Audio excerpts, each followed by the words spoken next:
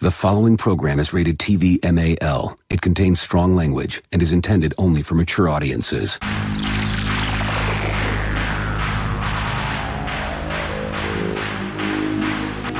TBS, America's #1 independent television network, presents the following sports exclusive. You're listening to Basically a Sports Show. Follow us on Twitter at Basically Sports. Subscribe to our podcast on iTunes. And check out every episode of the show at basicallysports.tumblr.com. Now here's your hosts, Zach, Greg, Mike. and this is Andy, and you're listening to Basically a Sports Show.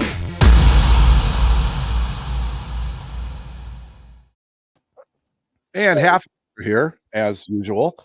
Yeah, that's all right. It's what would a Basically Sports Monday night be without half the crew or 3/4 missing? somebody's got to be gone. Yeah, I think that the worst it would be is, have you started the show ever just by yourself in the past?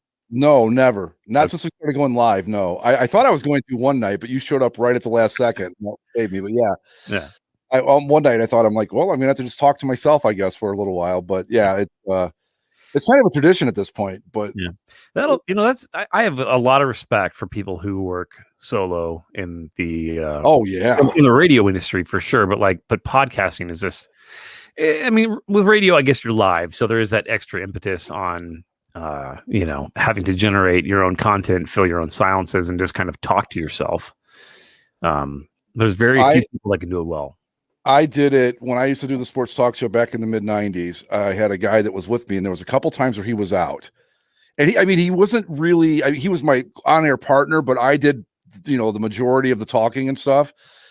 But when he wasn't there, it was just the weirdest thing. I mean, I even said at one point, I'm like, I'm just sitting here in a room talking to myself. I said it right on the air because it just was so strange to, not everybody's here, but yeah, it was just the weirdest thing. And the guys that can sit there and do it for 4 hours. I mean, my show was 2 hours long, and to do that for 4 hours and be good at it is a talent that I don't think people respect nearly enough. Anyway, welcome aboard, boys. San Diego, hello.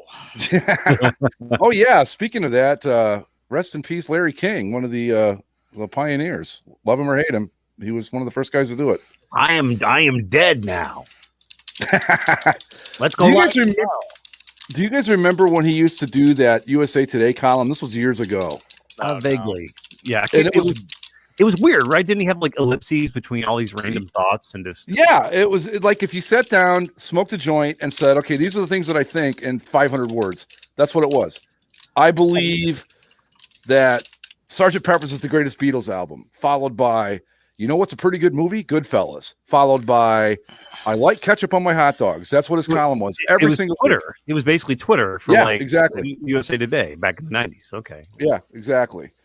So, Hey, I also have to say too that one of my all-time favorite baseball heroes passed away, Hank Aaron, which is just wow. It just made me feel so old. But yeah, he's gone. Aaron, Tommy Lasorda. Yeah. I mean, these guys weren't like Rob. They were up there in age, so it's it's sad, but at the same time, it's not like you can't get too upset about a guy that's 86 years old dying. That's not really. Yeah, I mean it's okay to be upset about like Hank Aaron, these people who have obviously nostalgia. I mean, death sucks, dying is awful, no one wants to. Right, but it's hardly a tragedy, I guess is my point. Right, it's not like Kobe or something where it's just like Jesus, this guy has so much more to give throughout his life, and it was just too soon. But Aaron passed. Hank Aaron, he was 86. Yeah, Hank Aaron was 86. How was Larry King only 87 years old? I don't know. It feels like Larry King was in his 70s 20 years ago. Oh, dude, he was in his 70s 40 years ago. Yeah, there's a picture of him there's a picture I think from when it was in the 1960s. I can't tell you how old he was, probably in his 20s. But the guy was one of those. When he was born, it probably looked like a Benjamin Button situation, where he looked like 90. He was 46 the day he was born. For fuck's sake. Yeah, but I'm pretty sure as long as I've been aware of Larry King, he's looked exactly the same. Yeah, I would have never guessed he's only a year older than Hank Aaron. Because Hank Aaron, if you just go Google young Larry King and go to Google Images, it's pretty amazing how old he's looked for so long. Young Larry King doesn't exist. And he was married at least 7 times, I'm sure. I think six times. I think that's it. I think that's all. It might have been 7. I could don't quote. But yeah, but the guy went through the ringer. I mean, he had all those marriages that had to take a ton of his money. He had a gambling problem back in. This was back. I don't even remember when this was, but he 6, 7 wives, 8 marriages. Oh, because he married one wife twice. Oh, yeah. All right.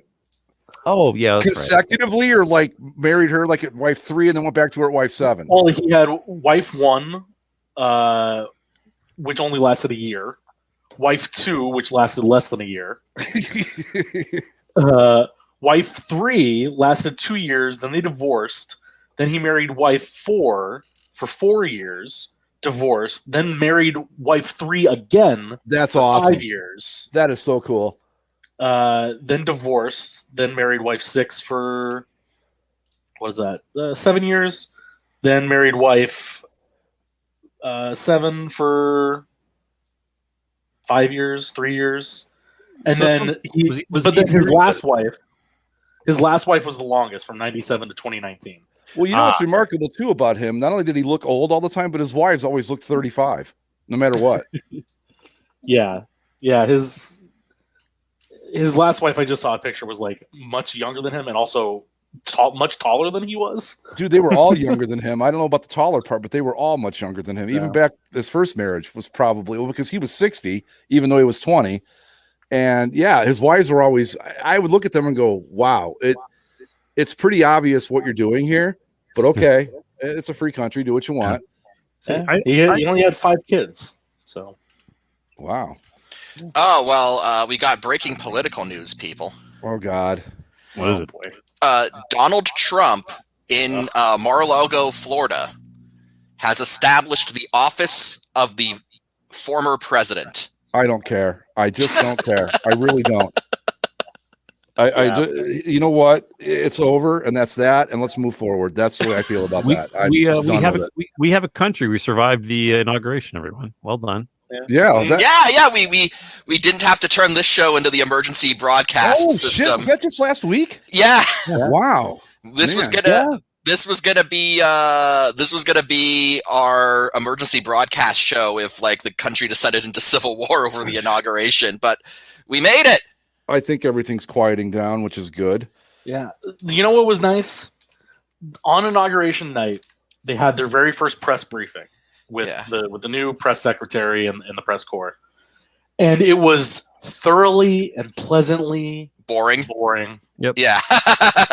Well, I like they were coming on, and like as a journalist, I've been following the what do you want to call it, the foxhole that has been the White House press room for 4 years, and I turned it on and I just wanted to like soak it in, and it was just so thoroughly, very pleasant, very boring.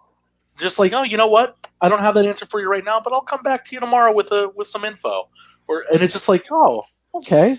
You're not just gonna make something up. It's nice to see. It's nice to see the press secretary for the White House not be in like a combative fucking position with the media and the concept of reality. Yeah, talk to me in 60 days. Well, yeah, but even then, it's still like, it's not like you're asking a question, I'm offended by that question. It's, I don't have an answer for that.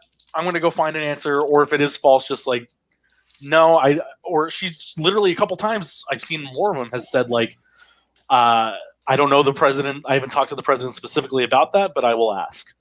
Well, you know what? I got to say that it's very nice that you don't realize how tumultuous things were until they're not tumultuous anymore. Yeah, like it was like it's like, hey, I haven't spent large periods of the day thinking about, it's like, oh, holy shit, what's going to happen at the White House? It's like, this is, it's normal. No, even like Monday and Tuesday of last week was still CNN Central for me, where I had it on all the time. Yeah.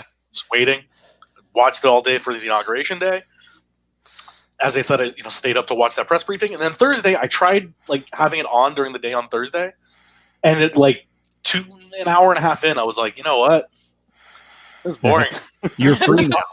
You're free, like, yeah, exactly. Right, exactly. It wasn't like oh, I'm so bored. I wish it was, there was something going on. It's like, you know what? This is boring. That's fine. Yeah, very, very good. Let's Welcome go back, on Maureen. to other. like I think it was friend of the show McCarthy, now Sport, who said like I will vote for Biden. Like literally, if his only campaign promises you will go weeks at a time without thinking about me as president. Like, yeah. You know what there's certainly very pressing matters going on that they are attending to that I do still pay attention to. Obviously, with whether it's vaccines or checks or whatever, but it's not a constant like thing going on in the back of your head. Like, oh, what is he saying right now? What is he doing? It's the end of the doom scrolling era, I think, with regards to just being on edge essentially at all times for the darkest news, the awful news of the hour that will inevitably lead to our mutual destruction. But yeah, I thought of this last week. Do you know how many inaugurations I've watched since probably Carter? 1, 2008. That was it. The only one I watched because it was historic. The rest of them I couldn't give a flying fuck about. I just don't care. I mean, I'm talking like from Reagan all the way through to Trump and Clinton and everybody in between, Bush. That was the only one I'll take that back. I did watch some of the 2000 inauguration because I was still astonished that it happened. But other than those two, it's the only two I can think of. And you know what I equate the broadcast of that of? Because I too wanted to like watch it and just kind of like see if I felt that collective sigh of release. It reminded me of it was like a very boring Kentucky Derby where like you spend 5 hours leading up to it and like talking about it and thinking about it. And then it happens in like 10 seconds. Yeah. Cause like I'd always just in my head, I just remembered the oath of office being much longer than it is. It's pretty succinct. It's just like, here's your big book. Here's your hand. I solemnly swear to defend the Constitution. Congratulations! Like everybody, fuck off and go home. That's it. That book, that was no just simply big book. That was like an ancient medieval tome. Like it was the Biden family Bible apparently, which is just like this. Somebody on Twitter did one of those. What is this book? Wrong answers only. That was pretty funny. I said it was the 1947 Cleveland phone book. But yeah, it's anyway. You can you can get sworn in on anything you want, right? Yeah, that's anything. You don't need like it doesn't even have to be a Bible, like because separation of church and state is a thing, and so you don't even actually have to swear. Like there is an alternative version of the oath where it's the earth. I affirm the earth. Well, yes, the earth too, and we talked about that in the ignominious tournament of defeat or disgrace. But it's like you can offer you can say like affirm instead of affirmation, swear. Right? What we call it or something. Yeah, there's another name for it. Yeah, and you don't. And again, like you don't even have to have like you could. It can be anything. So yeah, that was a West Wing episode. The second term of President Bartlett. They couldn't find a Bible, so they said. Somebody came up and said basically what Mike just said. You can swear on whatever you want, like the Sports Illustrated swimsuit issue. And I thought that would be awesome if somebody actually did that. Well, it's like LBJ, didn't even get sworn in on a Bible. No, that was I think he was on it was like a Playboy from '64, wasn't it?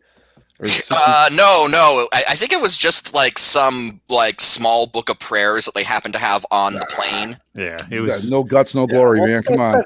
That's a little bit more of the moment. Too. Yeah, I mean, he had. And I mean, there were plan for that one. And to be fair, there were guts. They were all over Jackie's dress. I mean, Mike can verify this, but I've always heard that they wanted her to change her dress and she wouldn't. I think that's correct. Wanted people to see that. I have heard that. Yeah, I've heard that. I believe that is how the story goes. But I want to ask you guys, what's more boring? The inauguration and the speeches and all that stuff, and the new politics, or Tom Brady going to his 10th Super Bowl. All of you haters can just shove it. I'm gonna be careful. Remember who's got the mute button over here, Steve. So Greg and I discussed before the show that basically I'm going to go take a walk. He's going to go on a motorcycle drive. Mike, you have the floor. We'll come back in about 20 minutes. Okay. I really wish. Wait, Mike, you have to see too. I'm a man of my word. I told you when my teams were out, I would jump on the bandwagon, and you can see by my avatar that I'm there. I do. The TB, and you got the Focus. You're the Focus version of the TB12 pills. I mean, look, it's one of these things where I could hardly believe it. I honestly was not expecting this to happen. Like, no, it's strange. Like, you can, joke. It's like, oh, Tom Brady in the Super Bowl. But, like, I don't think anyone expected the Bucs to make the Super Bowl. I know none of you expected the Bucs to make the Super Bowl. I didn't expect the Bucs to make the Super Bowl. Like, I have distinct memories that everyone was going like, oh, this is going to be a, at best like a 9-7, maybe 10-6 team. And I really wasn't in a position or thinking otherwise. I thought that Tom Brady coming to the Bucs would be a fun thing. It would be just kind of a cool novelty, just, see how he does.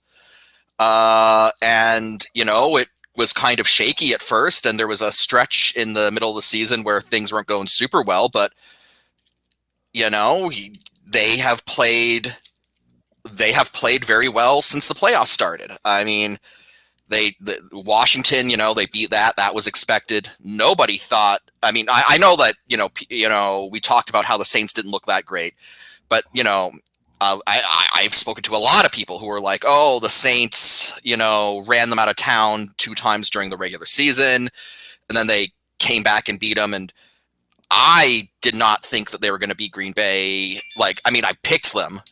That's just more of a YOLO ride or die moment. I was not confident going up against Green Bay, especially with the way that the Packers have been playing, but they did it. And the Bucs are not only in the Super Bowl, not only is Tom Brady back to the Super Bowl, but first time ever that a team is playing in their home stadium in the Super Bowl. Oh, is it? I hadn't heard. I hadn't heard that either. And you know what else, Jack? And you know what? You know what? You can take all the haterade and shove it, because that's pretty damn cool. You know what else, Jack? Wait, you're going to tell me that Tom Brady's playing in another Super Bowl? Well, that, and you know what else, Zach? He's 43 years old. I don't know if you knew that either. Shit, really? Yes, absolutely. One of the best takes I saw on Twitter is that Tom Brady has more Super Bowl appearances than Phillip Rivers has kids. That's pretty good. I like the one that was years in the end, or since the Cowboys one, where number of NFC Championship game appearances since 0. Number of years, and then Brady's got 1 in 1 year in the NFC. Yeah, but the Cowboys since '94, right? I tell you guys, I'm never gonna give up, but I'm having a tough time. I don't know what argument I could make at this point that Joe Montana is better than this guy. Well, of the 55 Super Bowls that will have been played, he's played in 10 of them. 18% of them. I saw it today. 18%. Like, he's been in the league for 19 years. And he's been to 14 conference championship games. That's absurd. Yeah. And what is it? I know, Greg, you listened to the Simmons podcast, and they were going over his total playoff victories. Oh, my God. He has 33, and, like, the next closest is 17. Yeah. Like, it's just not even... It's ridiculous.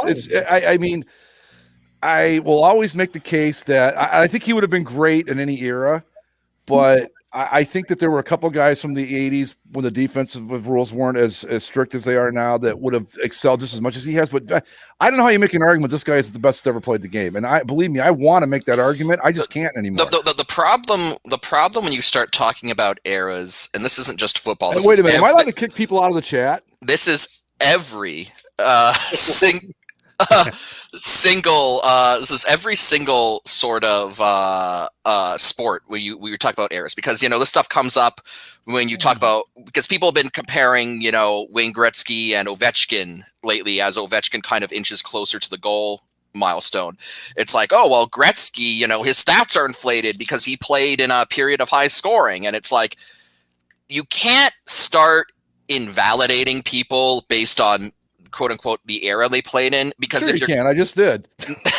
If you're gonna if you're going, like, this is actually a very simple zero-sum game. Either we have the GOAT discussion, or we admit that different eras in various sports are so different that there's no point in comparing them, because you can't have it both. I'm not saying anyone here. I'm saying in a broad. No, I agree. In a broad sense, like you can't simultaneously have the discussion of let's discuss who the GOAT is, and then at the same time go, well, these stats don't count because of the era, because nobody chooses the era they play in, right? They, you can only beat who they put in front of you, and you can only really play by the rules that they give you. And I think Joe Montana manipulated the time-space continuum to choose the era he played in. Let's see Brady do that. Well, wait a minute. Rules on the spot, Greg. We know this. Wait a minute. Brady's made up rules on the spot. I mean, the truth of the matter is, Mike's got a great point. You can't. You talk about cognitive dissonance. It's like, okay, he's not the. You can't count these stats, but we're going to have the discussion anyway. No, you can't have it both ways. You're absolutely right, Mike. And like, granted, I think like I like GOAT discussions in multiple sports. I like GOAT discussions in football. I like GOAT discussions in in basketball, baseball. There is no GOAT discussion in hockey because it's Gretzky and everyone else sucks. But right. Yeah. But it is one of those. But I like these discussions because I am a sports fan. I enjoy, and even if I admit deep down that it's all dumb, I like having the discussion. So but I just get, there is kind of that sense of annoyance where it's like, oh, okay, so we're going to have the GOAT discussion, but then it's like, oh, but you can't count that because of the era. And it's like, no. And you're right. Like in hockey, it's Gretzky and everybody else. And I think we're at a point where Yzerman? Get the fuck out of here, Gary. No.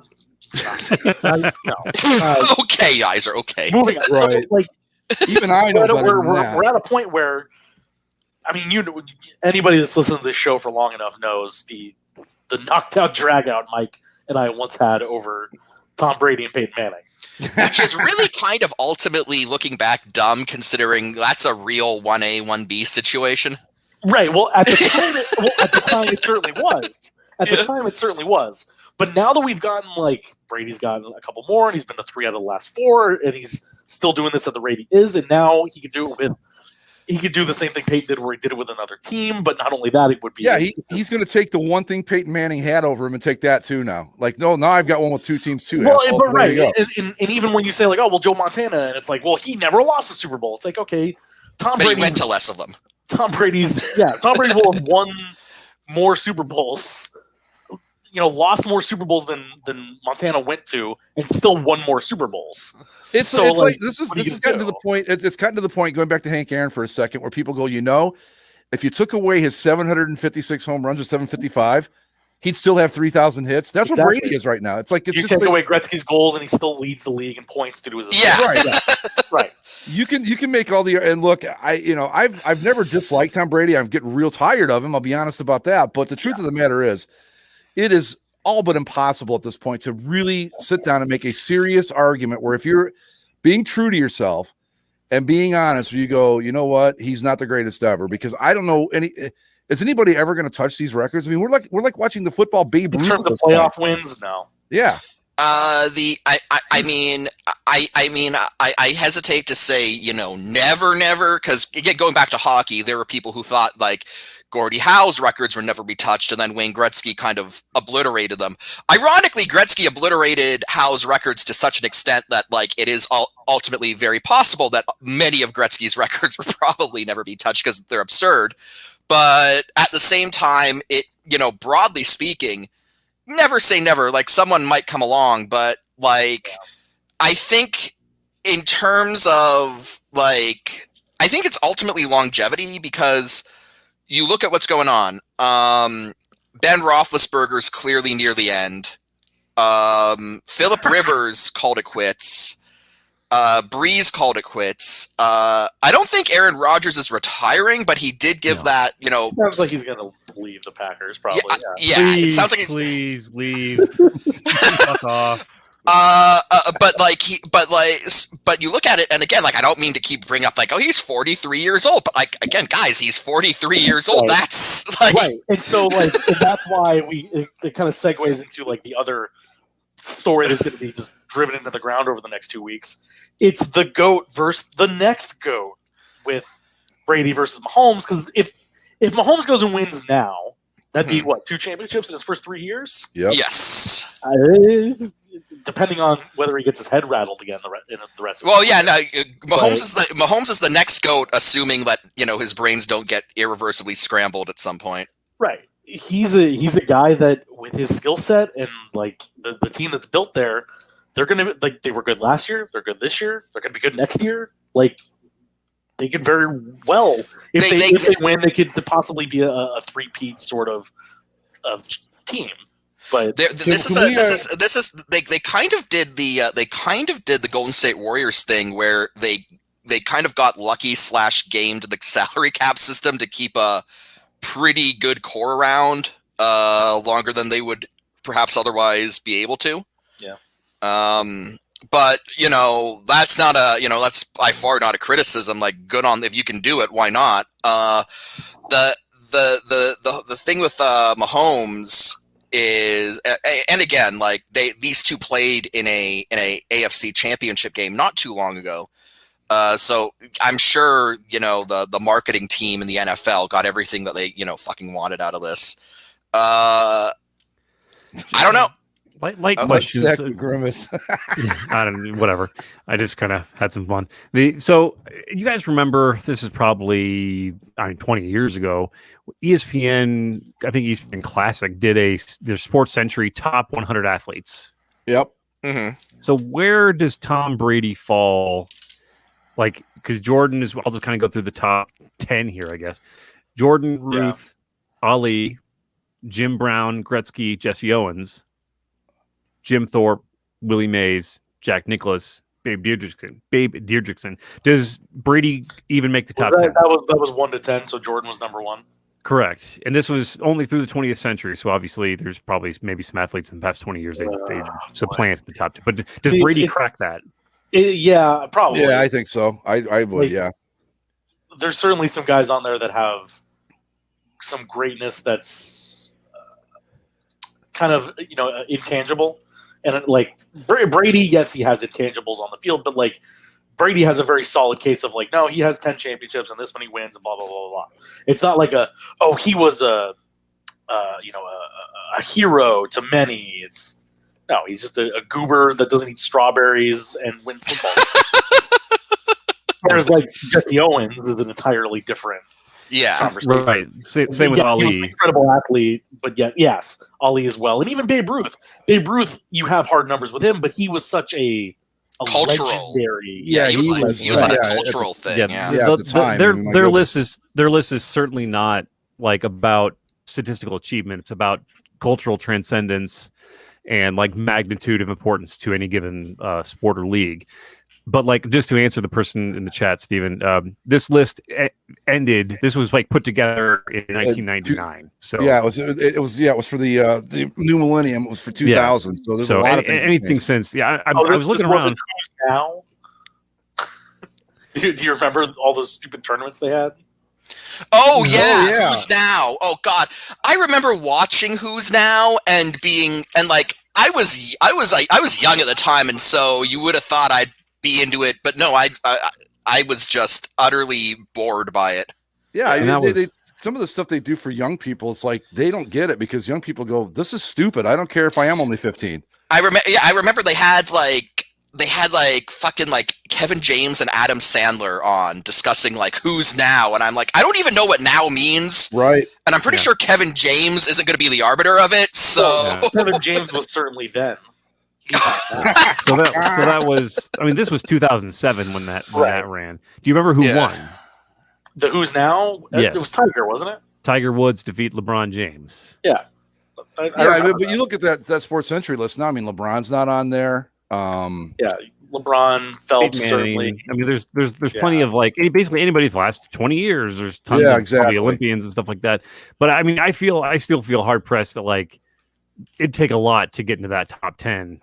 I mean, you got to really like that top 10. If you're talking like cultural relevance and all that stuff combined with their careers, I can't put Brady on there because, like Zach said, he's a goober that wins Super Bowls and eats strawberries. Okay, but I think almost purely based on his championship excellence, I think I put him in there.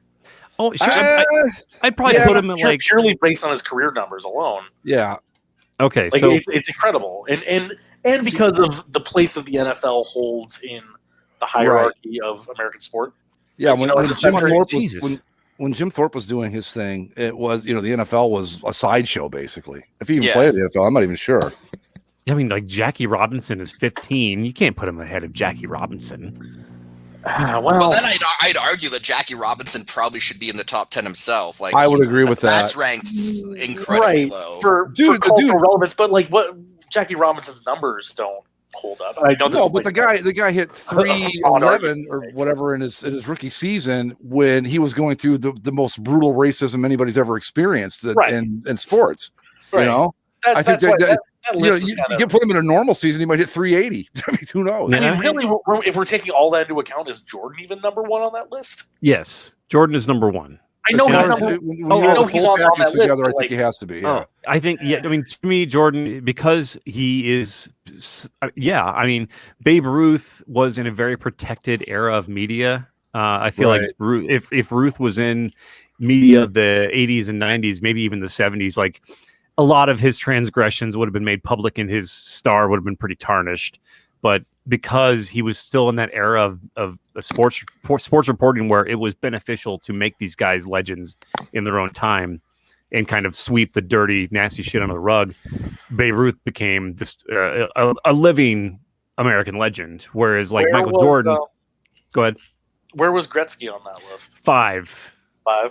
Just after between Jim Brown and Jesse Owens.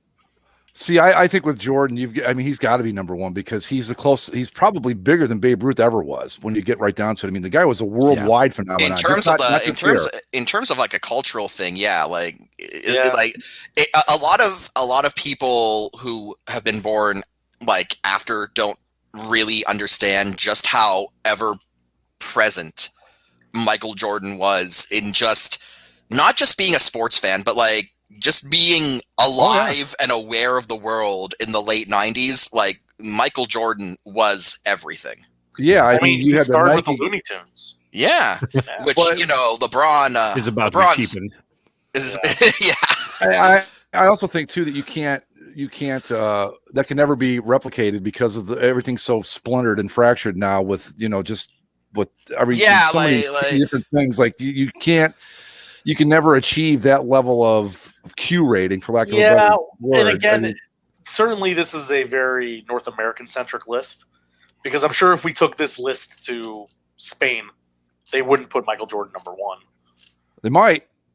Yeah. They might. I mean, you saw the Dream Team documentary. I mean, they were like the Beatles, man. I understand, but like soccer doesn't even have a representative on this list. It is Pele's not on there anywhere. It's top North American athletes of the century. And Walter Payton is 39, I think. Yeah, 39 on the list. Well, then that Pele played here. Then but Pele is Brazilian, and he played for the Cosmos at the end of his career. He's not like.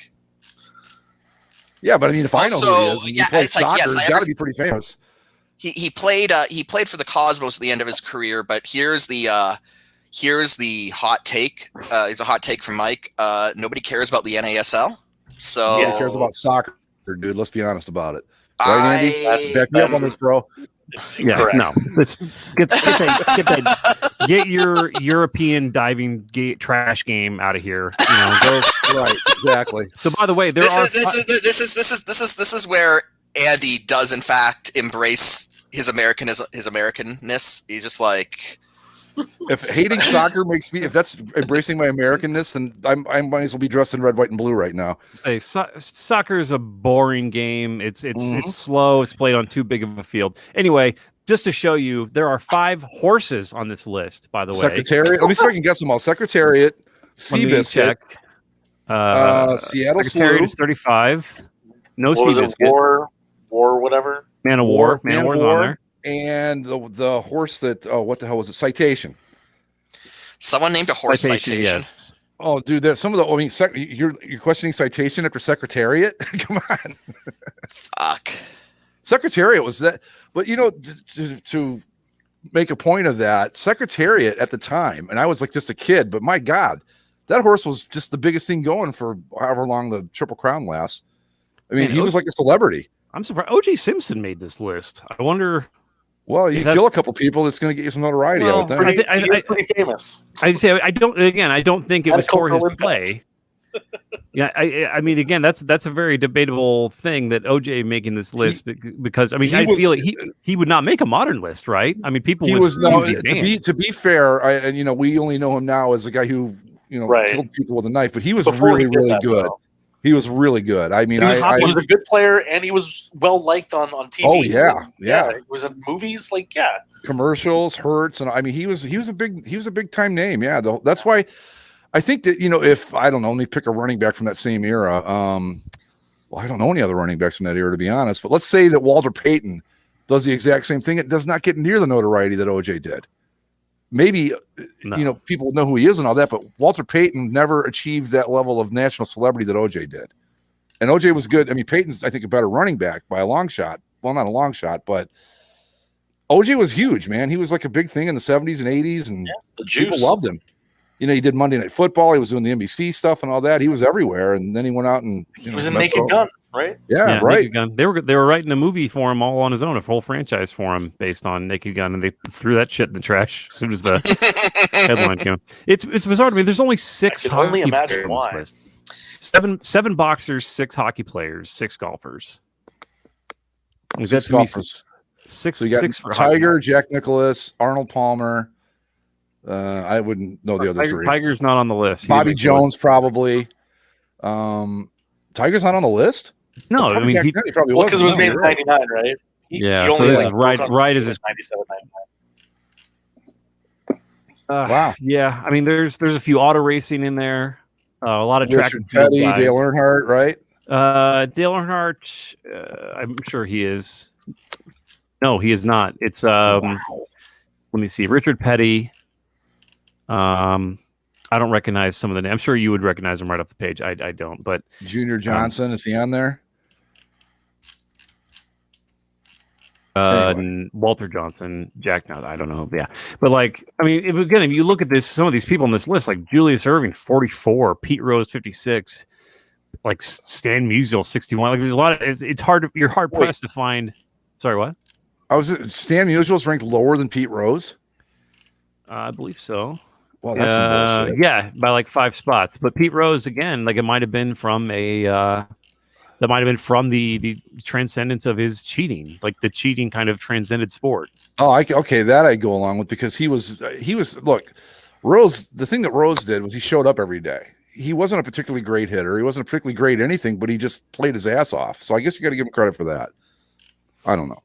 Yeah, I'm trying to find little hockey players. Gretzky, Gordie Howe. In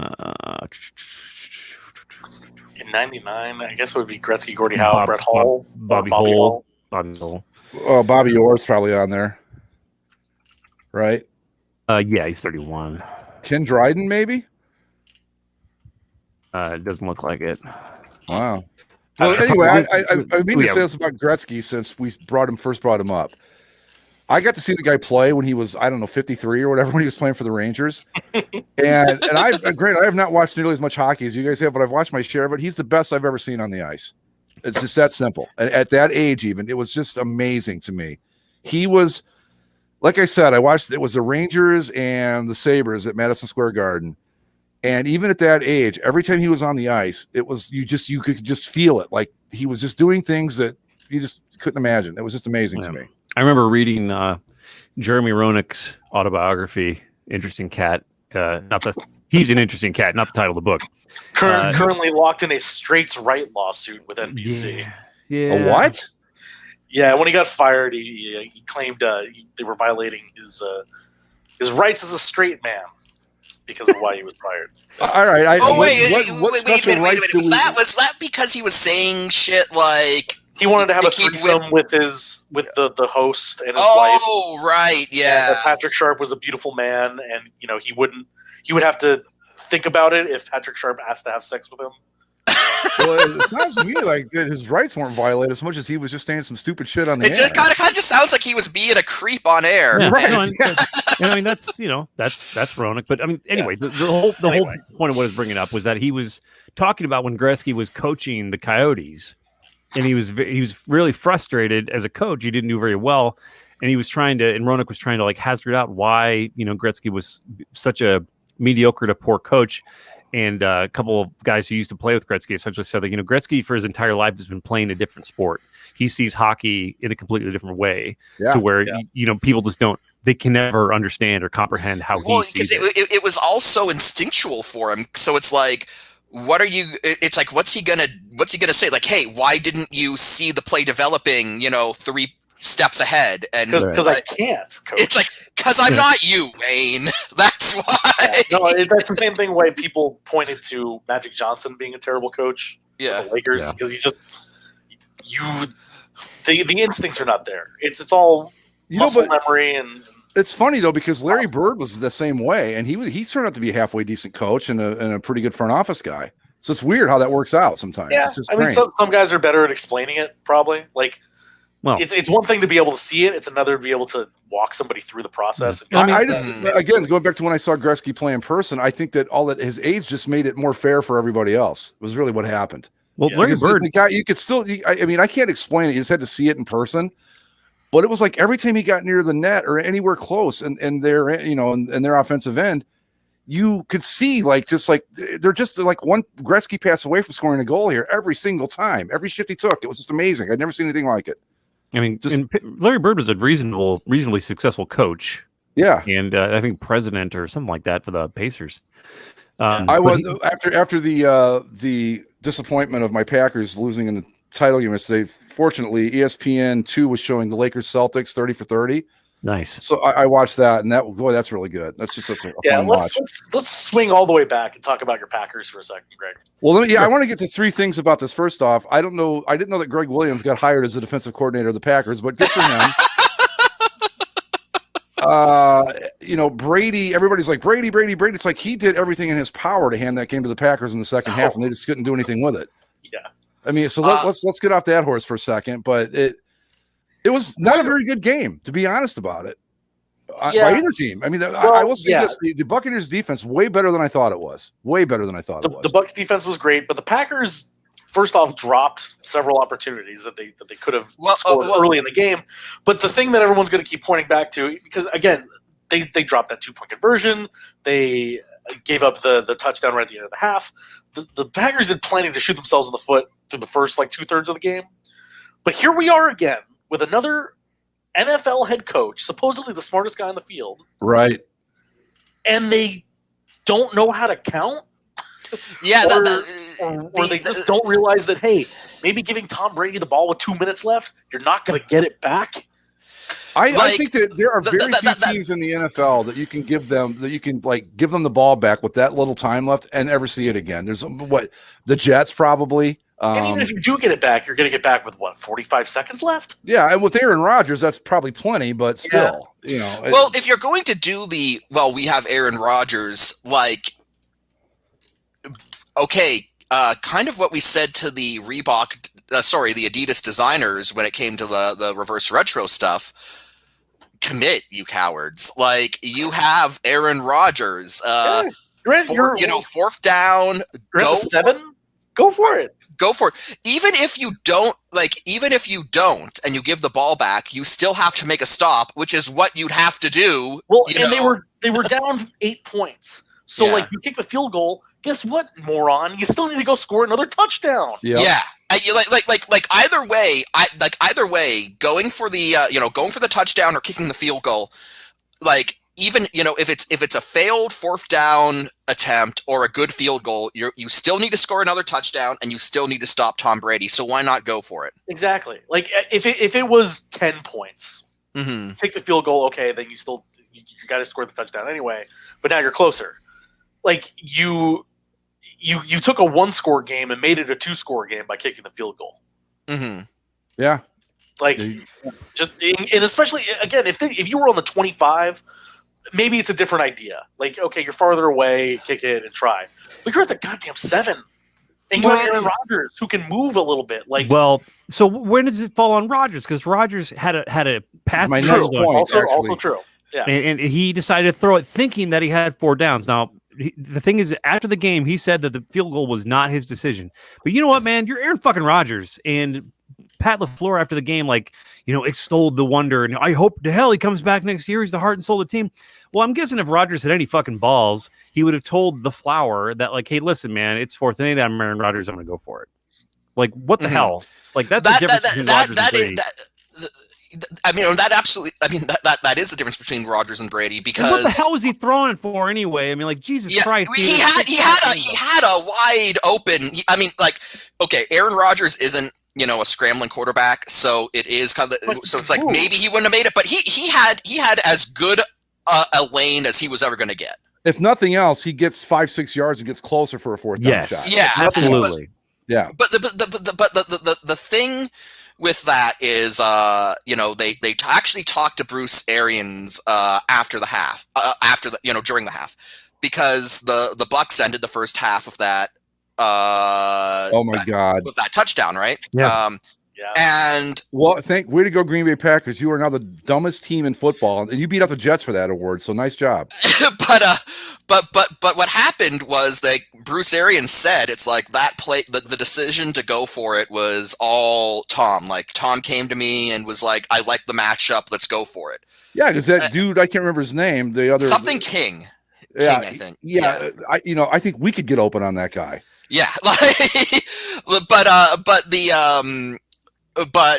so you see in this situation where the I guess conventional wisdom, the safe wisdom would go, let's kick a field goal. But Tom Brady, because he's Tom Brady, was able to go to his coach and go, hey, I think we should take a shot down the field. And the coach, because he realized he was talking to Tom Brady, was like, okay, go for it. Well, not only that, but you've got really nothing to lose by going for it there, because if you don't get it, then what they have, like 6 or 10 seconds? They had like a second left, I think, on the clock. Yeah, it was more than that. It was like 10, I think, or 6. Either way, they had time where they could have kicked a field goal if it didn't work out. Yeah, right. But my point is, you go back to that third down play. With Aaron Rodgers, he says kicking the field goal wasn't his decision. Well, I mean, I'm with Andy at that point. Like, at what point do you realize you're Aaron fucking Rodgers and go to the coach and go, like, no, we're going out there for another shot? Like, just put your guys on the fucking ball and call a play. This is not. Yeah. This is like his 5th NFC Championship game. Yeah, it's his 5th. And you're 37, 38 years old, and this is it. All you got to do is put it in the end zone and give yourself a chance, and you just kind of cop out to your second year, whatever your coach. Give me a fucking break, Rodgers. Come on. No, he copped out to his second-year coach, who is a Oklahoma City Beef alumni. Omaha Beef? Beef. Omaha really? Beef. Yeah. Matt I like him better now because of that. Yeah. No, that's how we discovered the Omaha Beef. It was because that's right. Matt, when the Packers hired Matt LaFleur, yeah. But I think that Andy brings up a point earlier that at some point you've got to put. This is Rodgers. This is his 4th. It's his 4th lot. Like since he's won the Super Bowl, he's been to 4 NFC Championship games and he's lost all of them. And I don't think he has the time, but right now. He's basically 80s John Elway with the Super Bowl ring. That's it. He doesn't. Well, basically, because he said, I mean, maybe it's just a guy at the end of the year just saying things into a microphone, not necessarily meaning it, but he made some sort of intimation that maybe he won't be back with the Packers, because it is like ultimately up to him, I guess. And there are plenty of teams that would love to have Aaron Rodgers stroll in and lead them to a Super Bowl. The Los Angeles Rams would be very nice. He is from Cali, so you never know. Yeah, but then he could go to San Francisco also. But they've got Jimmy G. They've got Jimmy G though. Who would you rather have, Mike? Jimmy G or Aaron Rodgers? But don't they have him under I don't know. They'd have there's salary issues for sure. He'd have to first off, if he left the Packers, I think that somebody said they'd take a $31 million cap hit. Well, they're not in a great cap shape anyway. It depends on when, because apparently they still have his rights, so they would need to trade him. But it would be when they trade him. So if they trade him before June 1st, they only save like $8 million in cap space. But if they trade him after June 1st, they save like $20 million. Wow. So it wouldn't happen until I wouldn't rule it out at this point. I think that he's a great player. It'd be a hell of a quarterback market between him and Matthew Stafford and Deshaun Watson. Yeah, but he's a great player. Don't get me wrong, but he is a bit of an ass. There's no two ways about it, and I don't think he's very coachable. I think he bought into LaFleur's system as long as it was working, and when something goes wrong, I just had the feeling yesterday that he kind of, I don't know, the press conference was kind of like, "Hey, don't blame me for this." It's like, dude, you've had 4 shots at this now. Who else are you going to blame? Well, on one hand, it is like, if it wasn't his call, then okay, then LaFleur then does deserve some sort of blame, because like Matt LaFleur was supposed to be, he's this young, aggressively minded, offensive, kind of guy. They were basically going for a McVay, essentially, is what the Packers are going for. Oh, sure. And it's like, well, if that's why you're being hired, if you're the offensive guy, like kind of just tucking your tail between your legs, surrendering the ball game, and giving Tom Brady the ball back to just milk it to death and just utterly crush you, like that is like, if I'm the Packers, I'm like, this is not why you've been hired, dude. Well, not only that, but why is a former head coach of the Cleveland Browns a defensive coordinator? Mike Pettin. I mean, come on, really? Well, I've heard Pettin's actually very well revered around the league. He's one of those guys that's a terrible head coach but a decent coordinator. Okay, well, my thing is that if Derek Carr and the Raiders can pull off that play, you really don't think Tom Brady and the receiving core he has can do it too? So you call it would be different if the Jets-Raiders thing had not happened, where they basically lost the game because they were stupid and didn't play, prevent Hail Mary defense, which if the Packers had done that at the end of the first half, this is probably a different game. We're probably talking about Aaron Rodgers versus Mahomes in the Super Bowl, maybe. And instead, you take your worst cover guy and you leave him. Who caught the touchdown? It was it wasn't even one of the Bucs. No, I can't even remember the guy's name off the top of my head, honestly. But this, I was reading an article. I think it was on, maybe it was ESPN or The Ringer. I don't remember, but they were like, this dude, this cornerback showed up in most of the Bucs highlights because he was getting lit up constantly. And I'll never understand that call. I don't understand. Well, like if he showed up in all of their highlights and they saw that he was getting lit up constantly, then Tom Brady, going off what Bruce Arians said, Tom Brady came to him and was like, "Hey, I like the matchup." He probably saw that this guy was on a receiver 1-on-1 and is like, "Shit, like, right?" Why not? If Derek Carr and that idiot receiving core he has with the Raiders and John Gruden can pull this off, come on. You got Brady, who I will reluctantly admit is the greatest quarterback of all time, with a good receiving core, and a guy that can't cover, an offensive lineman, let alone a wide receiver for the Packers. Of course they're going to go for it. But going back to it, it's sort of like Matt LaFleur, just not living up to, why he was hired and making that call to kick that field goal. But then again, like I have to agree with Andy. Like, you're Aaron Rodgers. Yep. You are one of the elite quarterbacks in this league. Why? Like if what Rodgers said after the game is in any way accurate, that he did not that it wasn't his call and he didn't like it, then well, I'm sure. At what point do you assert yourself and go like, look, we're going for it. Like, this is a trip to the Super Bowl on the line. We're going for it. Like, and it could very, very well have been. He may have contested it. He may have had a moment at the sideline, and LaFleur was like, "No, we're kicking the field goal. We got 3 timeouts in the 2-minute warning. We're going to try this." Because I mean, I will just say that Rodgers has, few people in NFL history are more dangerous with inside 90 seconds to go and within a touchdown or field goal lead. Like, Rodgers is a assassin at the end of games. So I can see where LaFleur was kind of like, I'm going to put this on my defense to get a punt, and then I'll let Rodgers do his thing. But that makes more sense when you're like, because God, you're in the red zone, man. You can't just give that up. And I mean, I do say that, I'll say again, Rodgers has a lot of responsibility on his shoulders for that loss because of the stupid decision to throw. He could have dived to at least get to inside the 2, and he didn't. And I don't know. I mean, I'm not happy that Rodgers is. I am happy that he's not in the Super Bowl, I guess. but I want him to fuck off and just go somewhere else. And I sincerely hope he is with Stafford, among others, to quarterbacks who get traded all over the fucking place. I can't wait in like 3 to 5 months to see Mitch Trubisky, the quarterback of the NFC North. Mitch Trubisky is going to go to the Colts. Mitch Trubisky and Kirk Cousins, and wow, what a collection you got up there.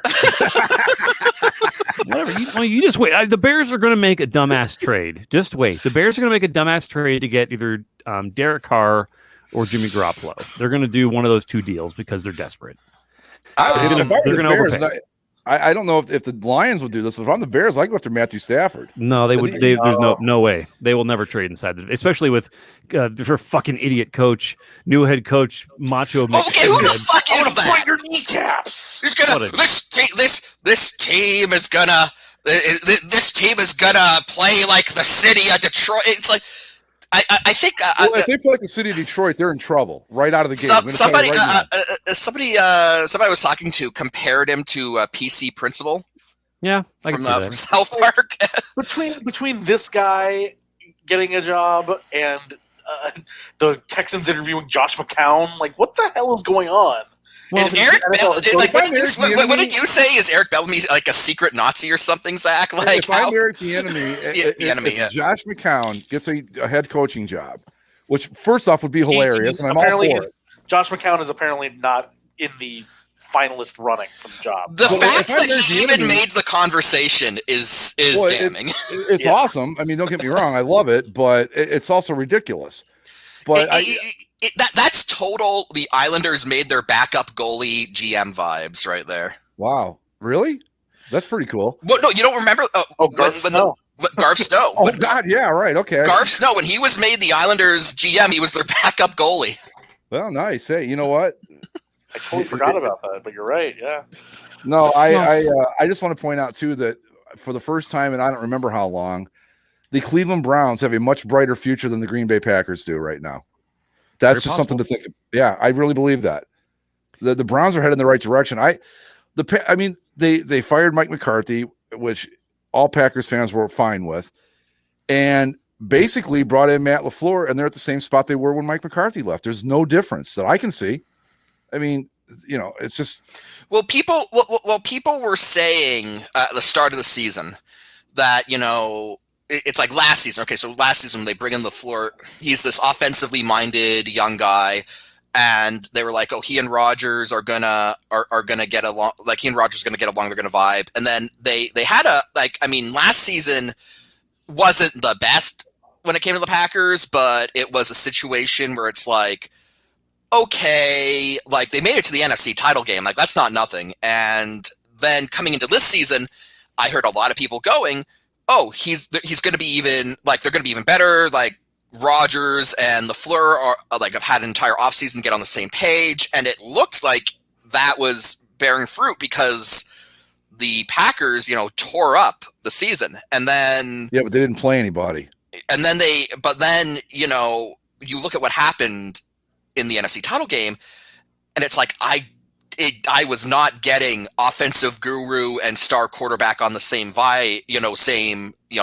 level vibes from that offense. I don't want to take anything away from the Bucs defense though either. I mean, they sacked him 5 times, and they were in his face the whole game, and they played very, very well. So I don't want to make it sound like the Packers just shit all over themselves and couldn't get anything done. I think the telling thing here, right, is that the Packers gave the ball away twice. There was one Rodgers interception, and then there was a fumble. And the Bucs got 14 points off of those 2 turnovers. The Bucs gave the ball away 3 times. Brady threw 3 picks. Packers didn't get anything. They got 6 points off the turnovers. They got 6 points. So the Packers get 6 points off of 3 takeaways. The Bucs get 14 points off 2 takeaways. Yeah, there you go. Well, anyway, it was not pleasant. And I was telling Andy before we started that my quest for a shareholder Super Bowl ring, it went out the window yesterday. I'll never see it now. So can you imagine being a fucking Lions fan at this point. I was going to bring that up. People talk about being a Browns fans look down their noses at Lions fans for like, God, I'm glad we're not you. Well, I mean, there was a fairly positive reaction to that press conference initially. I think that people, like a lot of, I mean, I'm just speaking generally at fans, like people like were fired up. It's like, oh shit, we've got a rah-rah like high school coach type figure. And it's like, that never works though. The fact that Stafford like filed for a trade like out within hours of him being hired. Have you seen the guy's fucking office with the sign that says head coach? It says head coach / the dude. Yeah. Like, what a fucking loser. Like, this guy's never even like, I mean, yeah, he coached in Miami and had a little success down there. But like, this is a fucking loser. This guy's a fucking loser. He's a deadbeat piece of shit. This is gonna be a fucking clown show because it is a clown show. The whole rah cheerleading thing that works in high school and that works in college when you're dealing with kids. But when you get to the NFL, these are pros. These are grown men. And this guy got a 6-year contract. 6 years. They gave this stupid bastard. Somehow, how is it, Greg, that we have mocked the Browns for years on this show while not giving the Lions their proper due for their idiocy? They're irrelevant. I mean, they're not even like important enough to even like. Yeah, they were. It's like they won one playoff game since 1957. They're like the. I mean, they're not even worth. They're not even worth picking on. It's just they're just. It's you talk about stuff teams. I mean, there's a stuff team of all time. Ottawa Senators, maybe? Would you say they're more Senators than Panthers? I mean, in terms of irrelevance, like I feel like they're that level. I think the Lions set the gold standard, and everybody else falls in after that. Really? Okay. Texas Rangers, maybe. I mean, you got to. I want some barbecue now. I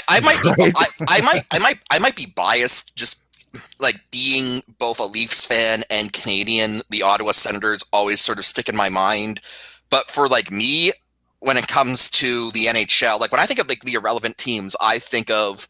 If I try to name all the teams in the league, which is the one I forget, and for baseball, that's always the Rangers. Right.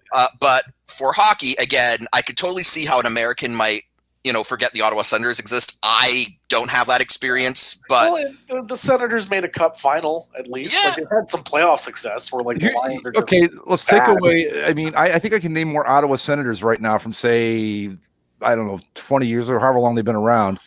From their formative years, and I can't Detroit Lions in that same era. Oh, I can. Yeah, you've got Matthew Stafford, Megatron, and all the Mike Williams they drafted like 5 years in a row. the 18 wide receivers they drafted. Yeah, like 18 and like 13 of them were named Mike Williams, if I remember. Right. I don't know. When it comes to hockey, when it comes to the irrelevant hockey teams, like I live in Florida now, and I still sometimes forget about the Panthers. So yeah. Yeah, speaking of Florida, it's nice out here, isn't it, Mike? Yeah. 74 degrees right now, boys. I'm sitting outside. It was especially. It is 50 degrees here and hellaciously windy. Think about the world you're living in where it snowed in downtown Phoenix today. Well, that's their problem. The way I look at it. I was watching the pregame show. Early yesterday afternoon, where they had reporters at Lambeau Field, and this was before they cleaned it up for the game. So it was like there were snow flurries. The field was covered in snow. The reporters they had on site were like huddled in giant jackets, and it was one of those. I'm glad I'm not in the Midwest anymore. I know that exact feeling. I was watching that too, and I'm going, well, this is really. I don't know what to say, but it's 80 here, and I'm fine with it. Yeah, it was. It's like, you know what? It's so nice outside. I can walk down to Publix and get me some Tom Brady Focus pills. Well, you guys can just kiss my ass. It's 20 degrees. It snowed probably an inch and a half earlier today. It's middle of winter. But what's the? Should we take bets on how soon the new Lions Dan Campbell gets fired for homophobic slur being dropped in the middle on a hot mic? Oh wow! I'm going to go probably June mini camps. I was saying there's a shot that he doesn't make it out of the preseason. I'm gonna. I have faith, Mike. I'm going with June in the mini camps. It depends. Okay, are the Lions on Hard Knocks this year? I would say I'll be generous. Week 5. Wow, you think they'll make it that far, huh? I think that they might. I think they might, get him a sensitivity coach, trainer to stick with them, and he might, he'll give it a go, and he'll stick with it for a good 5 weeks until like they'll end up getting they'll end up like losing week 5 on like a bullshit call because it's the Lions, right? So the refs will fuck him, and then like it'll be a black official too. It'll be a black ref. It'll be a black ref. And wait, we've got to give you better odds. Like if it's a black official, then we've got to like double the odds or something. You got to get a bonus for that. Yeah, right? It's gonna be like a black ref who made like a bad call that cost the Lions the game, and that post game press conference gonna go. He's gonna be like, that was a faggoty fucking call from that like N word, and it's just gonna be like hard R's left and right. Yeah. They just shut the Zoom feed down. They're like, "Oh, looks like we lost connection." No, you know what this is. I figured out why they hired this guy because they know that because Matthew Stafford's getting out of town, right? Mm-hmm. And they hire this guy knowing he's going to be dog shit. Oh, so this is the complete rebuild. This is he's the dynamite to blow this thing up. Oh, so basically the white Hugh Jackson, then in other words, basically, right? Vanilla Thunder Hugh Jackson. I think I just scored some points on that comment. I didn't mean it the way it sounded, but what was I going to say? Who might be a good target too is one of the women officials. Oh yeah, no. That he would object to like I think there's only one woman official, right? Is there several now? I think there's a couple. I know there's one doing the Super Bowl. I believe there's 2. Yeah, there's one doing the Super Bowl. I believe there's 2 in the league. Well, I can see. Okay, here's what it's. I mean, I'm going to put my money on this. It's going to be he's going to refer to her as a lesbian, and then call her the C word, and that'll be that. He'll be like, I'm going on the 100-to-1 odds here, man. I'm betting it all. He'll throw a flag for offsides, and he'll call her like a dyke or something. Right, exactly. he'll totally. It'll be like a Trumpian post game thing where he'll be like, that referee, maybe she's on her rag or something, and sensitivity training out the fucking wazoo. It would be fine if it was like a 2, 3 to 6 years. They're paying this dumbass. What coach? And as soon as this happens, they're going to have to fire him, and then they're still going to end up having to pay him for 6 years. So good job. Yes, maybe this guy's not as dumb as we think he is. I don't know. Another question to kind of shift gears a little bit. Staying in the NFL, on a scale of 1 to 10, 1 being terrified and 10 being totally confident.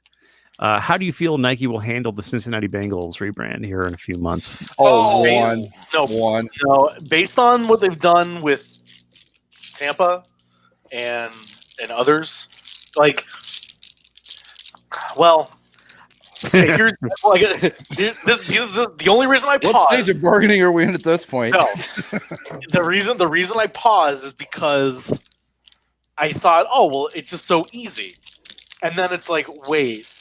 That's the exact thought I had about the Rams. As I say, the Rams were so easy. Like, hell, the Rams were in a Super Bowl not too long ago. Wear those uniforms, guys. Yeah. It was so simple. All you had to do was just take the colors that you're using now, except for I guess that's the fear that like the worst possible thing they could do would be to adjust the helmet stripes, right? Mm-hmm.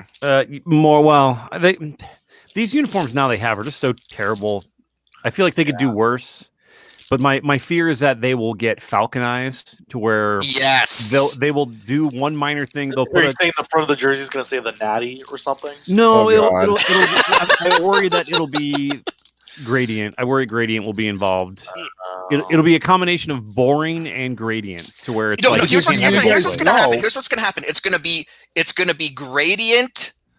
White to orange, and they're going to explain it. It's like it replicates the fur of a tiger. That's exactly what I was going to say, Mike. That's exactly what they're going to do. They're going to make a gradient orange to white, and it's going to be the tiger thing. Or it'll be they'll use a double meaning is what they'll do. it's the fur of a tiger, but also our roots being on the border of Kentucky and Ohio. Well, I was going to say because like Cincinnati is mostly, it's very white. But maybe you're right. Sure. Or well, I guess so. Do you want I think what the Bengals need to do is not go throwback though. Like I think they need to do something completely. But those Boomer Esiason ones are so nice. Are they though? They're I'm black not jerseys with orange stripes. Like they're not. They're not anything to write home about. No, I'm with Zach in that they need to base their uniforms off of the like all white color rush to where you had the helmet be the focus of everything, and you just have the rest kind of supplement it. But don't go overboard. Just have a couple stripes here and there. Some nice, easy to read numbers. Let the helmet sing. I think that was it. Paul Lucas said that even though they're talking about it, they're really just going to do some tweaks to the current look, like get rid of the side panels, maybe fix the pant stripes, which would be fine. That'd be fine. I'd be totally fine. That would probably be enough to make them better.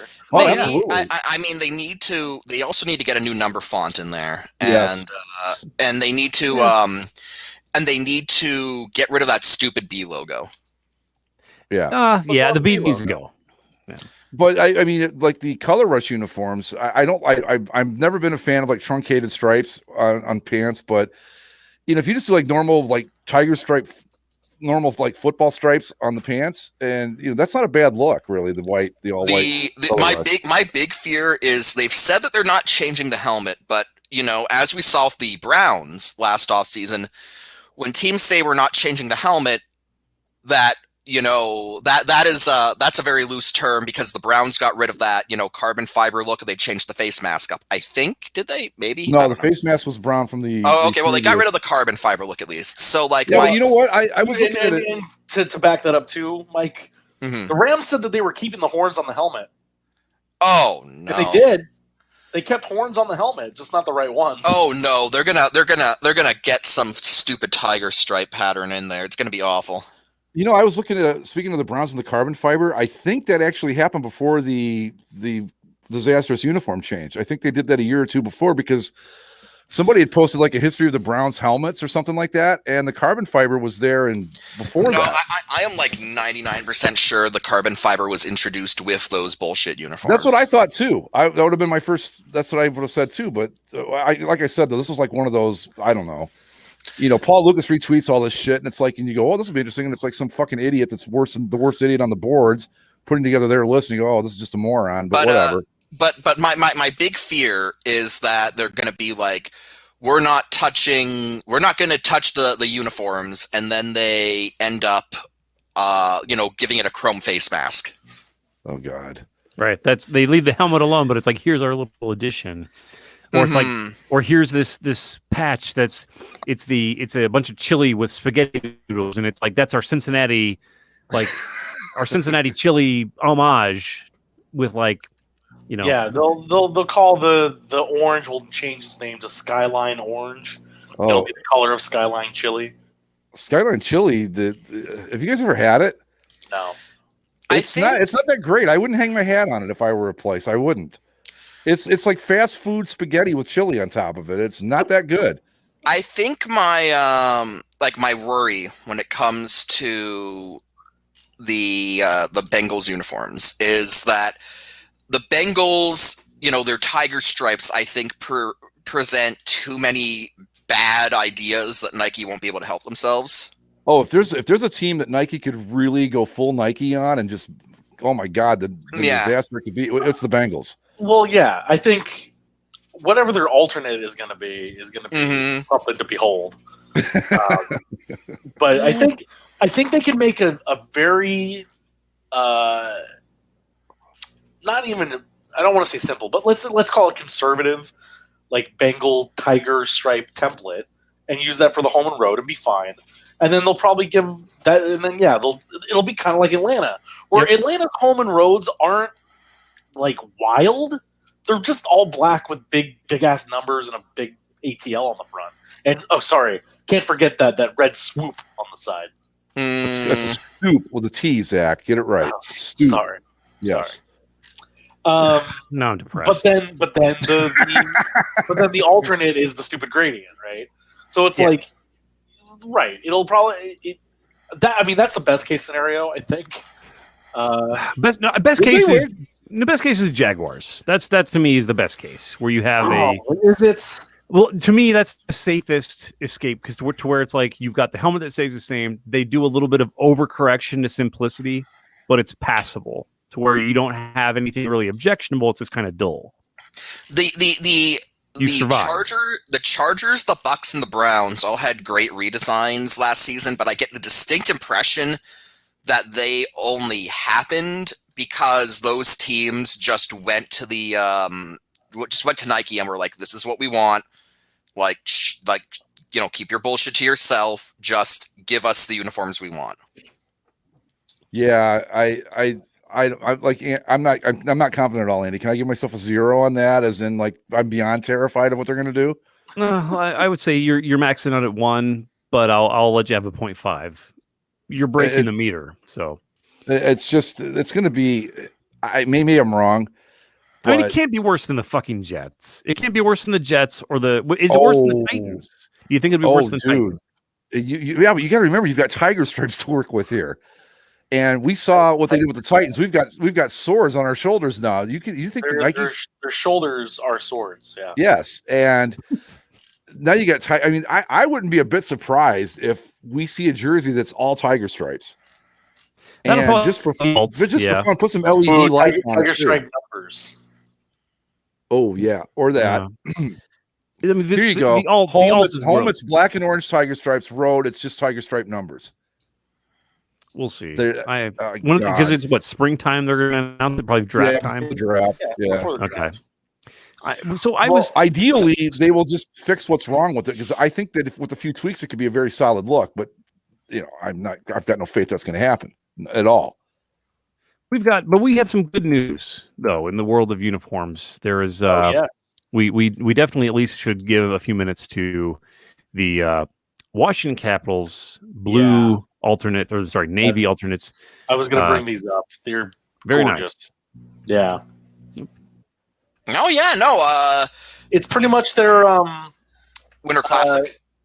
Yeah. Well, is it the Winter Classic or what it is? It's the Winter Classic logo from a couple years ago on the template of the Stadium Series one they played against the Leafs. Yes. Yeah. It's very nice. Yeah, it's snazzy. I feel like it's one of those. It's a really good. I don't know what the fuck is going on with those laces there, but the overall uniform is so good. It's so solid that there's really nothing to complain about. It's just kind of like, that's a good uniform. Okay, good, well done. Very good, very nice. Yeah. I like it. All right, good talk. I'm glad we talked about this. Give us a little here's another hockey uniform thing that might give us a little more runway. So this was posted by SB Nation today, where they got. Oh my god, I saw this on some of the considered alternate jersey designs for the Rangers in the 90s. Okay, let's take a look. This is before they went with Lady Liberty. They had some interesting ideas, to say the least. All right. Well, okay, I'm looking at these sketches. You scroll down and you start with a red Rangers jersey with New York across the front. That just looks so bad. That's pretty normal. That's not bad. And then you go to the next one. Here you go, Greg. Hold on. You got it. I was just going to share it too. Go ahead. Here we go. Okay. Ooh. Yeah, there's the red one, which is fine. The one after the red one is. Oh my god.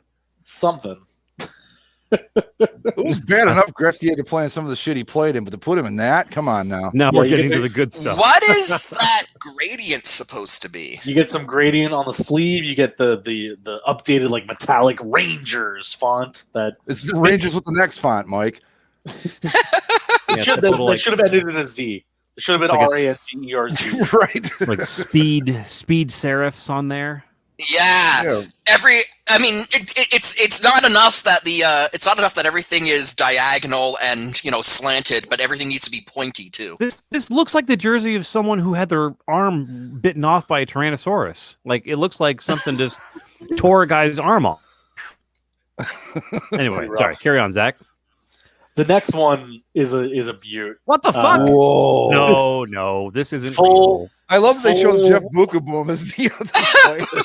Right, the player ones they used because they double up again, where it's Gretzky again and then Bukaboom again, which okay.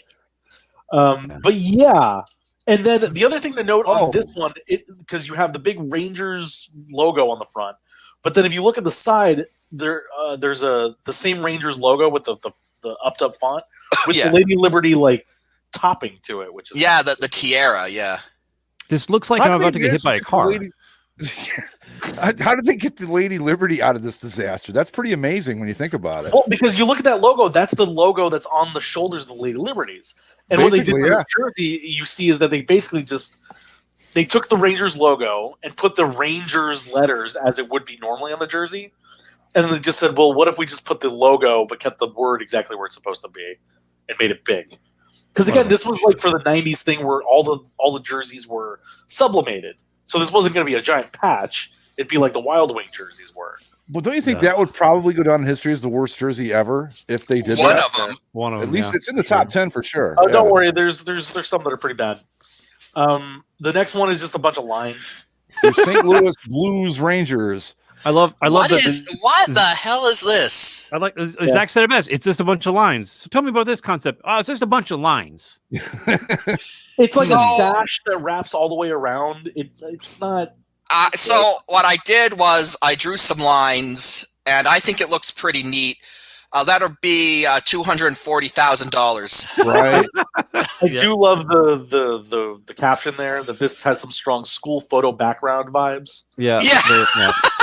Yes. My senior picture in 1987, right? Oh God. So the next one is like it almost seems like a ripoff of one of the Penguins concepts. Yeah, I was gonna say where it's like it's not gradient. It looks like it's gradient, but it's not. It's just like I don't know. How would you describe that? Like motion lines?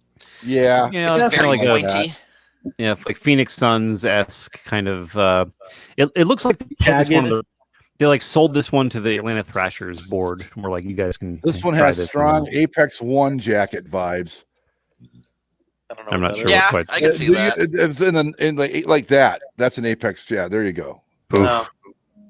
Barf. It's so 90s. I think the thing that's truly egregious on that one is the hem stripe, where it's like what the fuck? It like tapers, like the middle tapers, and so it looks like it almost looks like a backgammon. Yeah. Okay, that's where I see.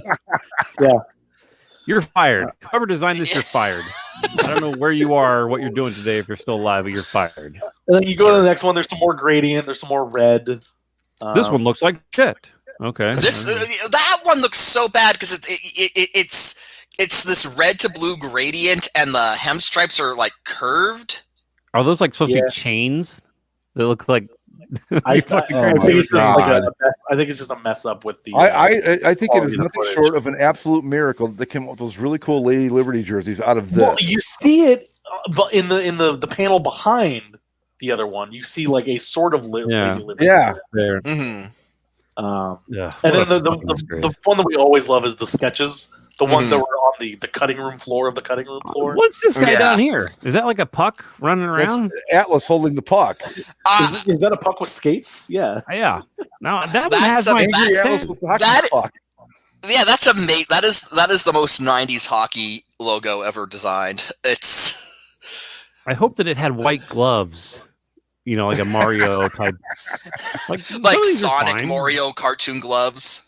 Like some of these are just like Madden created team generic EA Sports shit that shouldn't see the light of day. Yeah, and then the other ones you get some Lady Liberty torches, which is nice. The thing that I also find fascinating is there's the paragraph underneath that. It says there were apparently other jersey options too.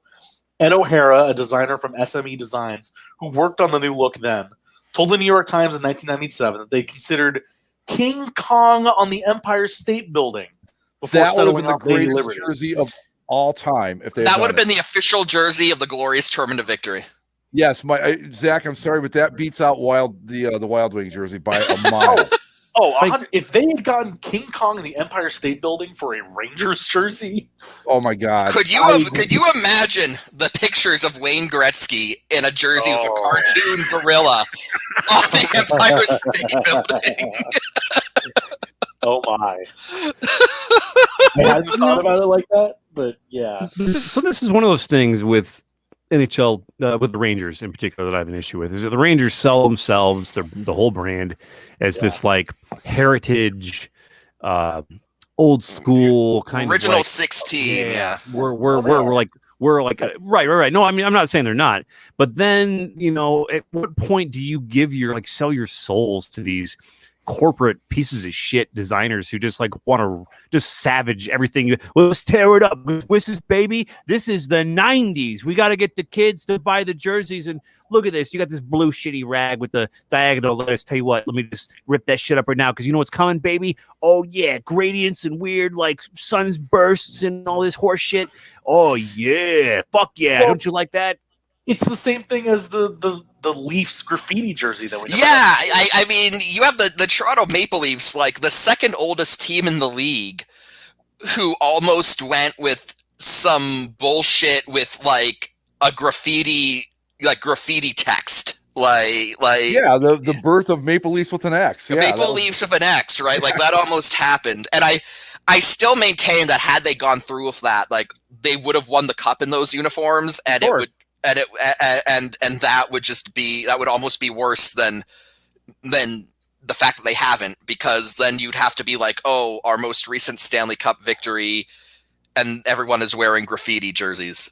Fantastic. I think that the Rangers guys or the designers with the Rangers messed up. They should have walked in and said, we've got 2 words, King Kong, and that's it.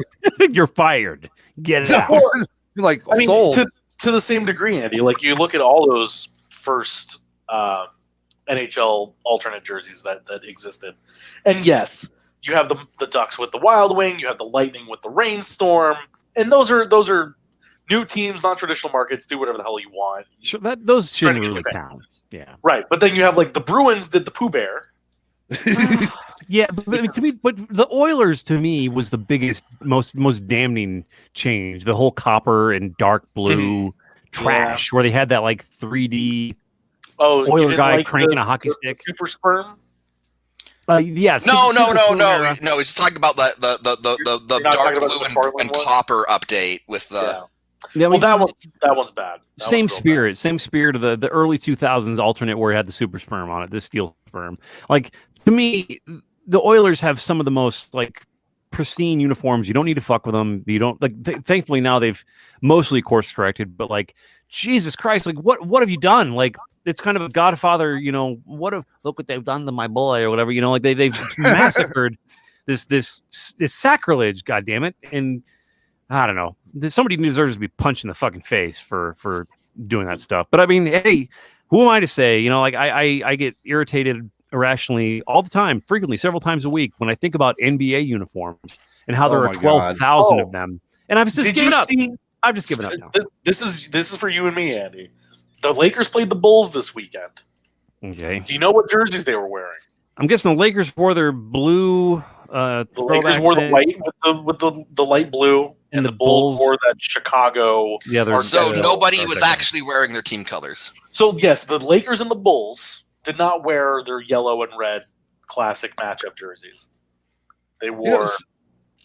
Speaking of the Lakers, and I'm going to go back to the Lakers Celtics documentary. What the hell was going on in the 80s? Where if they took a picture of the Lakers, the jersey and the shorts were different colors. I've seen so many of those. It was in the show last night. They had a shot of Magic, and like the jersey looked like the normal purple, and the shorts were a completely different shade. It was the weirdest thing. But if you can look up pictures of like the 80s Lakers, you'll find them all day long. And I've never understood why that happened. Anybody know? I just assume it was like a manufacturing issue. I guess. I mean, they're like not even close to the same color. It's weird, but yeah. Lakers and Bulls should be in Lakers and Bulls uniforms. End of story. I'm pretty sure Chris posted about it, so I'm trying to find it. Here it is. Yeah. I'm going through this. Let's see what Zach's got here. Okay. Yeah. So that makes perfect sense. I will share that here. So hold on. I'm outside. Hold on. Let me get in the house so I can put it up. Sorry, folks. I was outside enjoying the weather. Enjoying the beautiful Florida while I rot in an icy hell here in the middle of. Well, if it makes you feel any better, man, it took me like a very long time to be able to do this. So here we go. All the insects here are dead. So that's if I tried to sit outside, I'd be rolling down the street right now. I'm not kidding. Howling winds all day long today. It's the weirdest thing. Well, pretty great, huh? Yeah, this is fantastic. That's what they should look like always. Yeah, except that's not what they look like. Oh, wait, oh my God! Could you again? If you don't see the logos, I have no idea. What teams are those? I would, I would have guessed just if I didn't already know, I would have guessed that's a college game. Yeah, or some like summer league thing. So what? Yeah. Does every team have 5 alternates now, or is it 4? Because they have all these stupid names. They don't have home and away. They have Icon, Association, Earned, City, Earned. Yeah, if you're a playoff team, you have 5 jerseys. Oh, blow it out your fucking ass. If you're not a playoff team, you have 4. How about 3? How about every team just gets 3? And then we just knock it the fuck off with all this bullshit. Like, this is the City uniform. Whoa, it'd be nice. City. I don't even know what that's supposed to mean. I don't know what any of it means. Oh, it's marketing nonsense. It doesn't mean anything. I mean, what the fuck do I know? I mean, like, I don't know. It just bums me out. And what the hell is going on with? By the way, did James Harden wear a fat suit? Did he wear a fat suit to get traded? It's pretty striking, right? We're like, because that one shot of him in like his last game in Houston, they were wearing were they wearing throwbacks or something? Because they were like light blue. Yeah, it was one of their alternates. It's probably their earned jersey or some more shit. Sure. So this is. I think that was the special space program jersey that they have. So here you go. So you guys judge for yourself. Sure. Here's the last on the left. Here is the last image of James Harden playing as a Hughes. He looks like he's 43. Looks like he just got out of the bar, just got kicked out. Jesus. Yeah. And this is game 1 in Brooklyn. How did he pull? He had that. Okay, come on now. He must have been wearing he's either like pushing out his stomach or wearing something else underneath his shirt, like not even a fat suit, but just like maybe like a towel or something. Yeah, I don't know. People were speculating that he was wearing a fat, just doing anything he could to get traded. And I mean, James Harden is. I don't follow the NBA as close as I would like, but James Harden has been pretty well established as a guy who will. He'll make some noise. He puts some great numbers up, but his teams ain't doing shit. And they'll maybe get to the playoffs and maybe make a little people real good right now. Right now they do, sure, but it's never getting to the playoffs is never the problem. It's but I don't know. He always got he's reunited. I will say, as far as the Nets go, I like their throwbacks. The tie dye. Yeah, that's not good. How so they've done pretty well since he's been traded, right? Right, and this is a question. I guess I don't know if we have time, but maybe it's a short thing. And it might be a weird question coming from a Laker fan of all people. But like, because I heard this on another podcast where it was a hockey podcast, and the guy who hosts it is from New Jersey, so he's ostensibly a Nets fan. Doesn't pay attention when they're bad, because when you're bad in the NBA, why pay attention at all? And he made a point of like, there's nothing about this team that's earned in any way. It just sort of happened. Yeah. Like, the teams are now just the vessels for the players rather than like the other way around. We're like the Nets aren't good because they really lobbied Kyrie and they did some maneuvering to get Durant, and they developed Harden, and like no. They are there. They're good because Kyrie went to a place that had cap space and said, "Hey, Kevin, come play with me." And then they wanted James Harden to come, and then they're good. Yeah, this all falls into the weird NBA players deciding who they want to play with shit, and I don't know. Right. I blame LeBron for all this mess. I mean, he may not have been the source, the first one to do it. I mean, this shit's been happening for a long time, but it hasn't been so overt. Like maybe I'm just but Space Jam, Andy, Space Jam. And yes, and like this is what I'm saying. It's weird as a Laker fan because in turn you could say like, well, the Lakers were just bad until they could buy LeBron. And it's like, well, yeah, but they also they purposely were like growing prospects because to trade them. And yes, like it's kind of how business is done in the NBA. If you want to win, you're going to have to get the big players. Hell, the Lakers did it in the '90s when they had to get Shaq. and hell, when they even tried to get Kobe. But like, at least there felt like there was work put into that. Whereas this is a thing that just sort of like materialized out of nothing. Well, even in the '80s, the Lakers were doing that. I mean, they it was just pure happenstance that they fell into the first pick to get Magic. Yeah, we've sort of had this conversation before when we talked about the Austin and Boston nonsense of a couple years back. Remember that? Yeah. Oh yeah. But this feels even more egregious than like anything the Lakers have ever done. Where this was a team that literally was just an open vessel of cap space and brought in 3 players and are now like the best team in the Eastern Conference. Yeah, I guess a Nets fan would know better than I will, but I don't know how I'd feel about that. I guess it'd be fun, but let's say ultimately kind of hollow. Yeah, I mean they won the title and then they decide, okay, now we want to do this. Guys, what are you doing? You got Mike right here. He'll tell you all about being a hollow, just rooting for a bunch of front running piece of shit. Mike,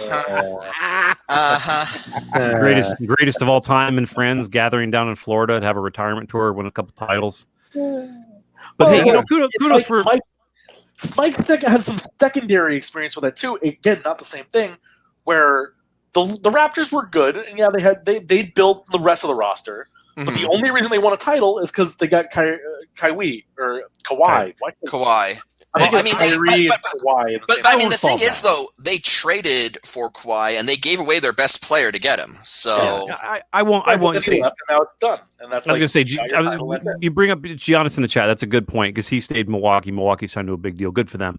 But no, I won't decry the Raptors title. I feel like that was a different type of deal. It was a let's go for it type situation. Yeah. Whereas like you could argue the same thing for the Nets or the Lakers or other super teams, but like I feel like a lot of the ones that have been cultivated have been primarily the top like maybe 8 players in the league at any given time.